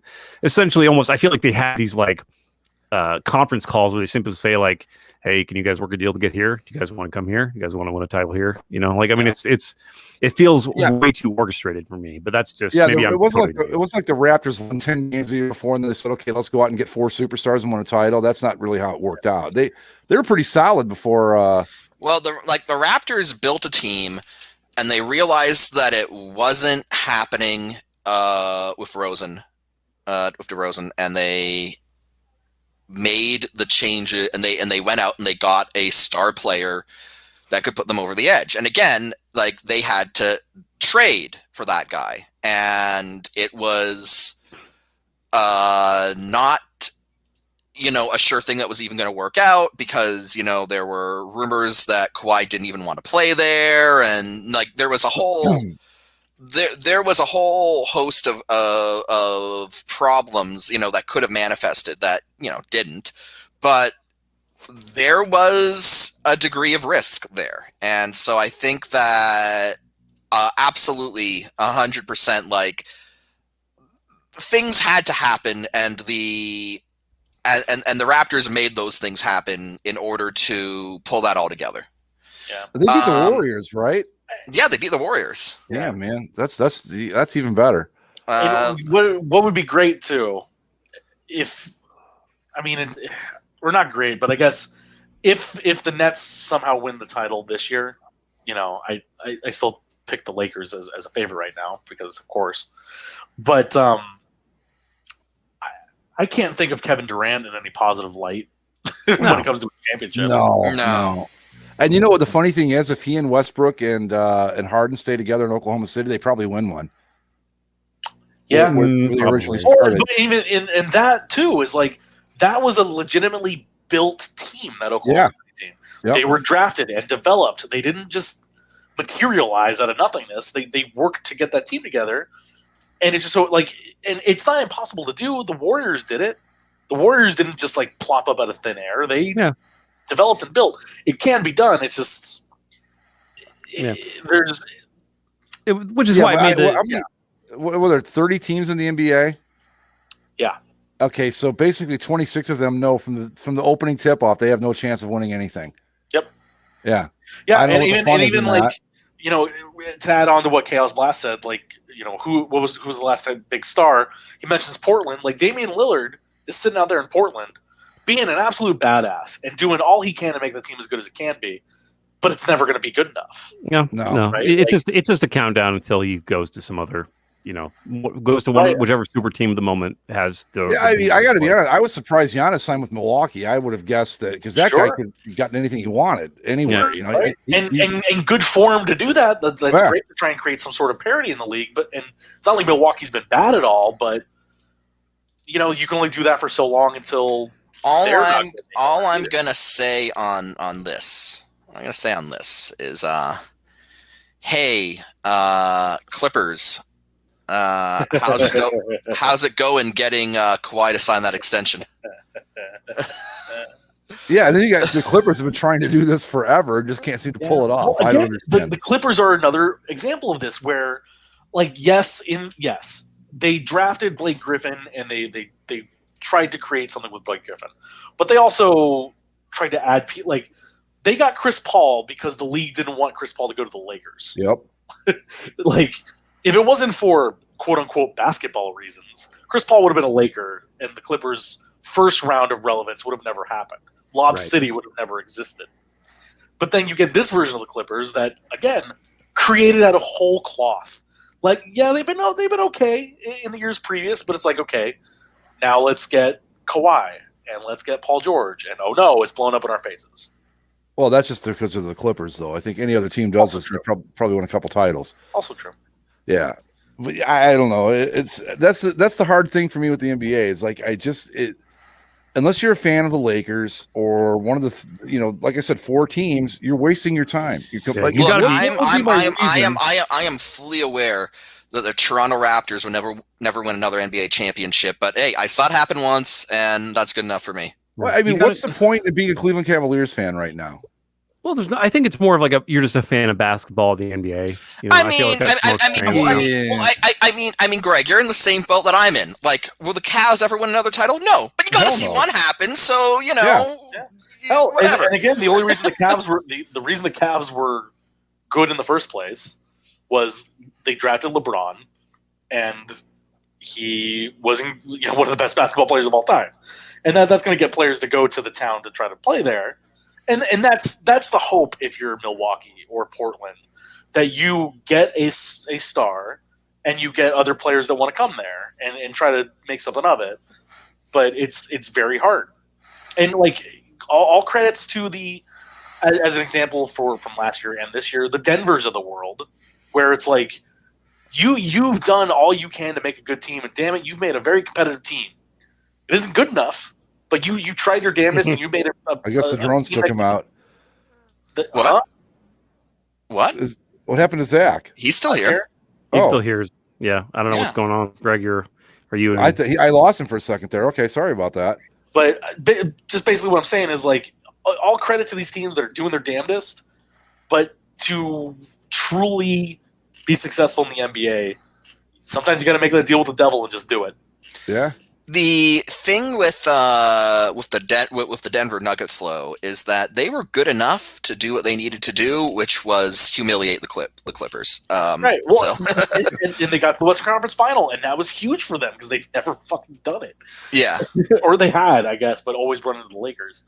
And good, and it sucks to think about it that way, but that's an incredible accomplishment for them. And I'm trying to see. Isn't Utah pretty good too? Because I know that I was watching a clip that Shaq. Donovan Mitchell. Donovan Mitchell, pretty bad, yeah. Oh, and Andy has had to take off. So okay, well, we'll see you next week, bud. But yeah, I mean, we've had the conversation about the NBA a million times, and I don't know what counter argument there is to what we're saying. No, I just thought I had heard it this week, and I just thought it was more interesting than usual. Where an NBA team truly has become a contender out of nothing. They were out of thin air, out of whole cloth, just a blank sheet of paper. Well, out of a checkbook, basically. Yeah, well, and there's nothing wrong with signing the best guys, but this is I think the thing that also makes this unique, and kind of touched on it. It's not like the Nets had to do a whole bunch of recruiting here. The players came to them and said, "Oh, hey, you have the cap space. We want to come to you." It had nothing to do with the Nets are probably just "Oh, All right. Okay. Yeah. We threw away our entire future of the Boston Celtics a few years ago, so please come play with us. Yeah. You got to wonder why the Knicks haven't been able to pull this off. Well, I mean, if there's a team out there that like is battling the Clippers for like the most just comedy of errors, it's got to be the Knicks. But yeah, the Knicks, to their credit, are actually trying the work really hard at it route this year, and they're doing okay as far as I know. I haven't checked the standings. I know they started off okay, but I don't know. Well, yeah, I mean, it's just like I said, I don't know what your reasoning is for being a. Oh God, what's a good team to pick here? Like the Indiana Pacers. I guess they're okay, the Pacers, but yeah, like the Pistons. I mean, what's the point in being a Pistons fan? I mean, they might make the playoffs, but they're not going to win anything, and we all know it. Yeah. Well, again, the Pistons at least have history, and they did knock off that try to buy their way to the title Lakers team. Yeah. So man, that was a weird final. I was just like, what? Again, the NBA. For all we like to cry it for not happening, occasionally it does happen where somebody weird wins it. But like, yeah. Why are you a? Well, you had the Sonics in '79 and then the Pistons in 2004. And there you go. Why are you a Memphis Grizzlies fan? Right. And they've had some pretty solid teams too. Yeah, solid, but not enough. No, not even close. And again, yes. You could probably say the same thing about the San Antonio Spurs at one point. You probably could have said the same thing about the Dallas Mavericks at one point. Like, your team might have its day one day, but you just know that if you aren't one of the super teams, you will get a day, and it will be literally a day. That will be it. Like Mike, you were just saying a bit ago. Like, your Raptors got a title. That's it, and you're happy with that because you understand that that's just the way it's going to work. Yeah. You got yours. Enjoy it for the rest of your lifetime. Mm-hmm.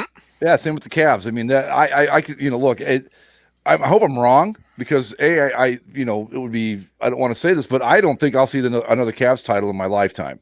Yeah, and you guys might not either. That's how ridiculous it is. But to answer your question, Chaos Blast is KG, Kevin Garnett.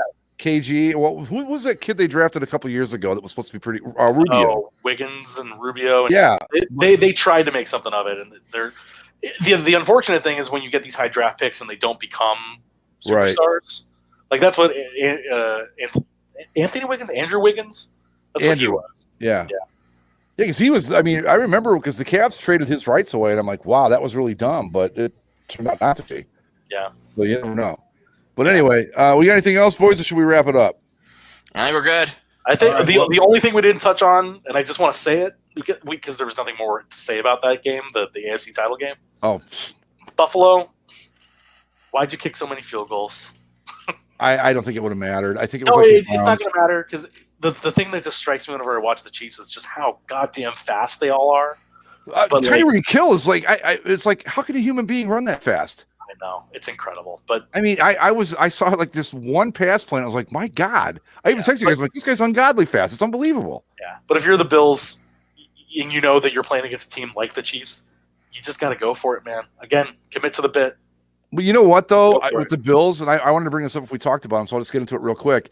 They didn't look that great in the playoffs.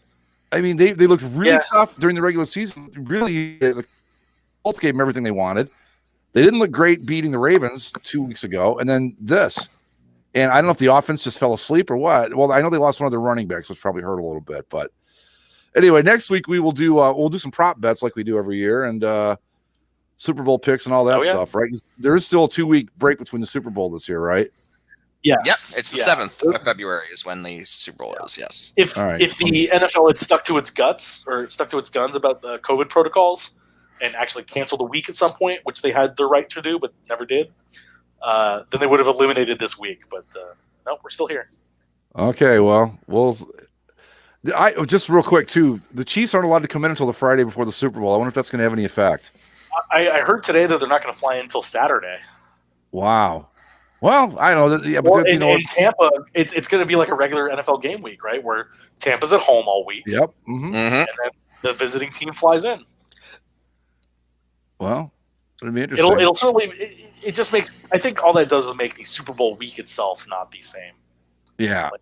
It's too bad too. Mike and I, we are here. We could have done like Bass at Super Bowl week, but there's no Super Bowl week to be had this time. No, unfortunately. Oh well, what are you gonna do? But yeah, we'll. I just want to say too, there was no way that was only 8,500 people at Lambeau Field yesterday. No way. That's what I said last week too when the Rams were there. They said that number, and I was like, man, looks and that place was half full. Well, talking about Lambeau, and I guess this is my final thing that I'll say for this week. You know, I know Tom Brady annoys y'all, but Zach, at least, and this goes for Andy too. You know, when he's out there listening. At least we spared you from Aaron Rodgers and the Packers. Well, that's I was thinking about it during the game. Mm-hmm. Where it was like, I don't really want either of these teams to win, but it's this has happened to me before, where like I say, oh, it's Tom Brady versus whoever else, go Meteor, and then the game starts, and I'm like, no, you know what? Fuck Tom Brady.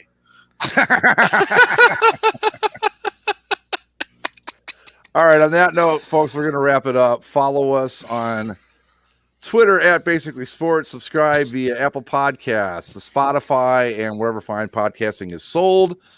We'll be back next week with Super Bowl stuff. And until then, stay safe, and we'll talk to you soon. Later. Laters.